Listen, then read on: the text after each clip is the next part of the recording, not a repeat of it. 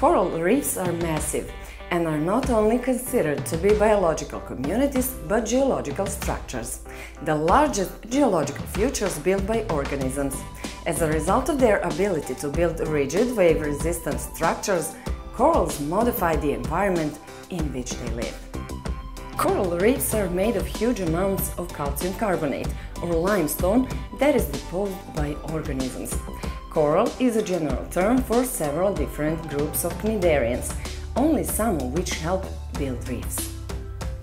The main reef-building corals are scleractinian corals, sometimes called hard or true corals. Billions of these tiny skeletons form a massive reef. Nearly all reef-building corals contain symbiotic Zooxanthellae. Zooxanthellae are dinoflagellates, single-cell photosynthetic algae that live within animal tissues. Most corals are made up of polyps, which have a mouth and a gap cavity. Figure 1. Most reef-building corals are colonies of many polyps, all connected by a thin sheet of tissue. A coral colony starts when a planktonic coral larva called the planula settles on a hard surface. This larva metamorphoses into a single founder polyp, which may divide by sexual reproduction over and over again to form the colony.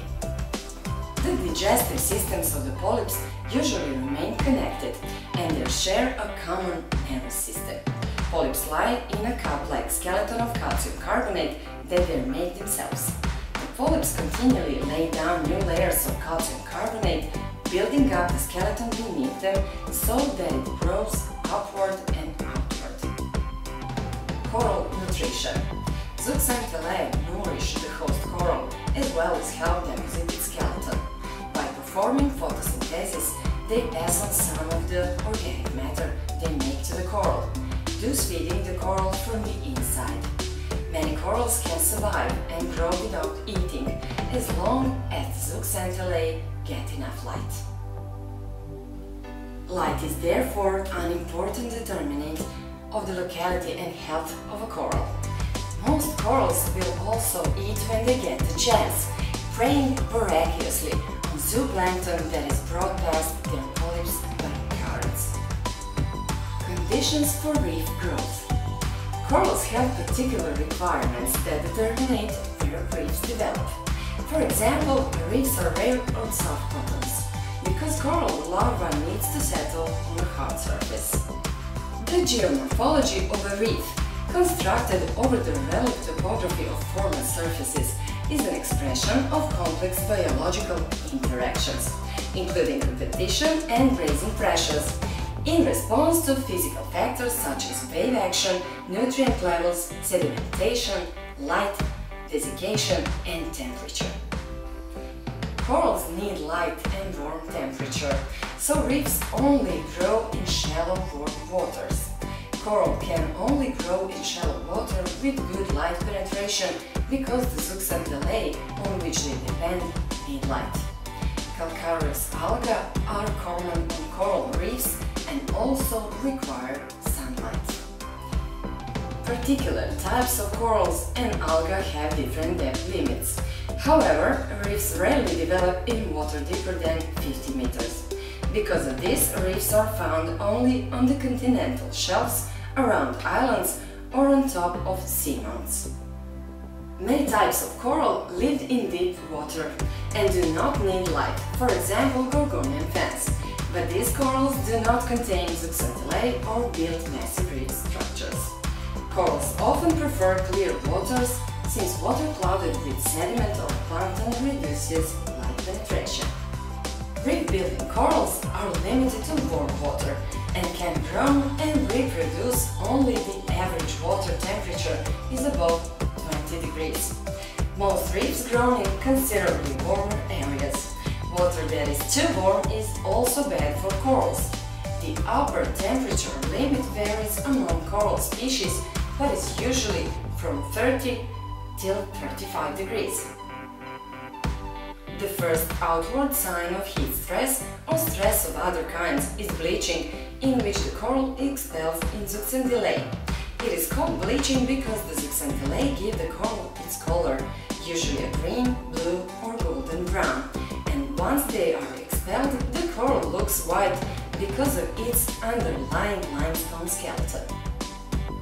Corals also slough off large amounts of slimy mucus when stressed. Corals can recover from bleaching by regaining their symbionts. However, if the warm conditions last too long or the temperature gets too high, the coral dies. Types of coral reefs. Coral reefs are usually divided into three main categories: fringing reefs, barrier reefs, and atolls.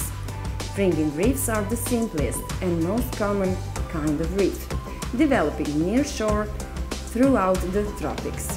Rocky shorelines provide the best conditions for fringing reefs. Occurring close to land, they are especially vulnerable to sediment, freshwater runoff, and human disturbance. Ningaloo Reef, Western Australia, is an example of a fringing reef. The reef itself consists of an inner reef flat and an outer reef slope, as well as reef-building corals, seaweeds, seagrasses and soft corals may also occupy the reef flat. The reef slope can be quite steep, almost vertical. It is a part of the reef with the densest cover and the most species of coral. Barrier reefs lie along the coast, but exist considerably further from shore than fringing reefs. A barrier reef consists of a back reef slope and a reef flat and a fore-reef slope. The reef is separated from the land by a large and deep lagoon, which meets the back reef slope and the landward side of the barrier reef. An atoll is a ring of reef and often islands and sand cays surrounding central lagoon.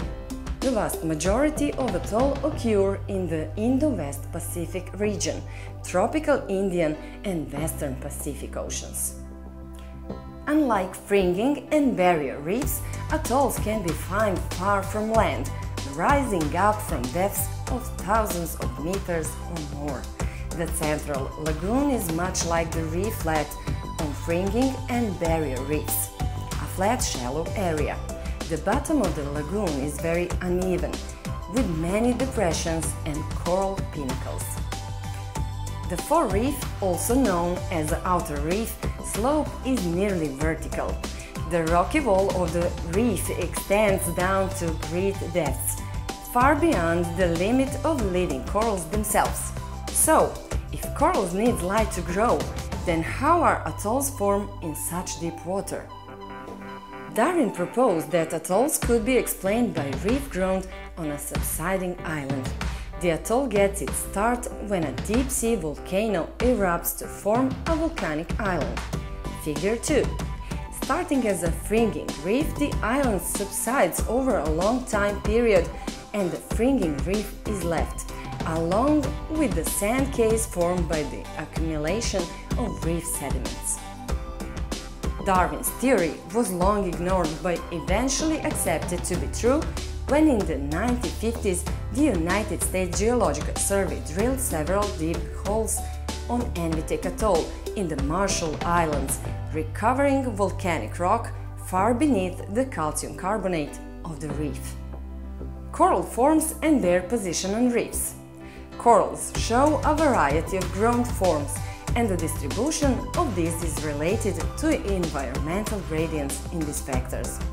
Reefs are best developed where the wave energy is high, but individual corals are limited by their susceptibility to damage under the waves. Platycorals are able to maximize light interception, but are poorly adapted to tolerate high sediment loads. The reef front is likely to have massive coral forms at depth.